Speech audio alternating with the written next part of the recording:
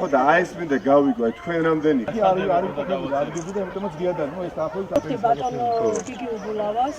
და იმ პერიოდში მოხდა 2009 წლიდან თვითონ მოიყოლეს ამზომეთი ნახაზები ყველაფერი თვითონვე გააკეთეს. და მე გვინდა თქვენდე თქვენი საკუთარი კუთხე, რომელსაც მე წვალებით რაღაცას შეარემონტებ, გააკეთებ. სევნილებიდან სააკაშვილის გარემონტებული კორპუსი გარეგისტრირებულია დანარჩენი. ეს დააკარგა მერია მოვეთ საჭი. ხო, მინიმუმ. თავარი ის არის პრობლემების ფონზე რაც მოესწრო დაუკანონდა. ამის ეხა აქტუალიზაციას მოვხდით საჯარო სივრცეში, რაც მათთვის არის მოდის რა. პრობლემები თუ და ვეცადოთ რამდენად რა გამოვა.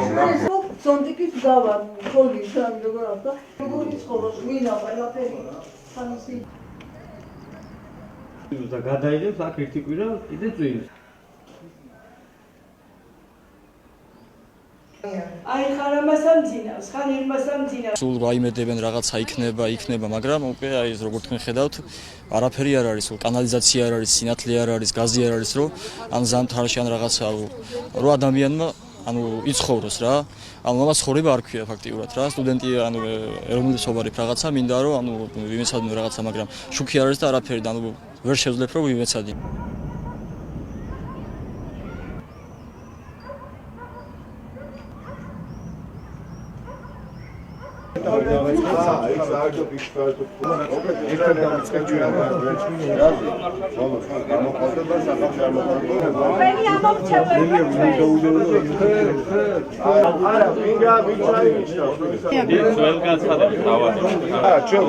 ვეცდებით მაგას ვაკეთებ რომ ვაიძულოთ ისინი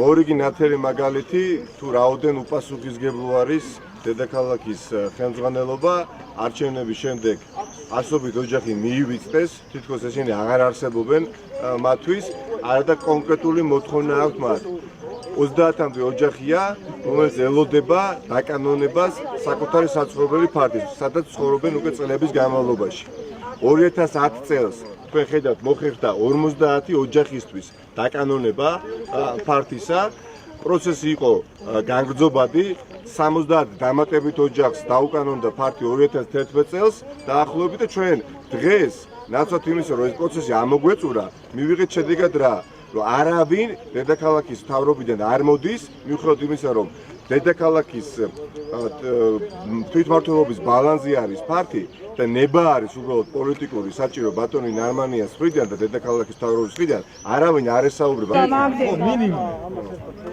თავარი ის არის ამის ეხა აქტუალიზაციას მოვხდით საჯარო სივრცეში რაც მათთვის არის ეს პრობლემების ფონზე რაც მოესწრო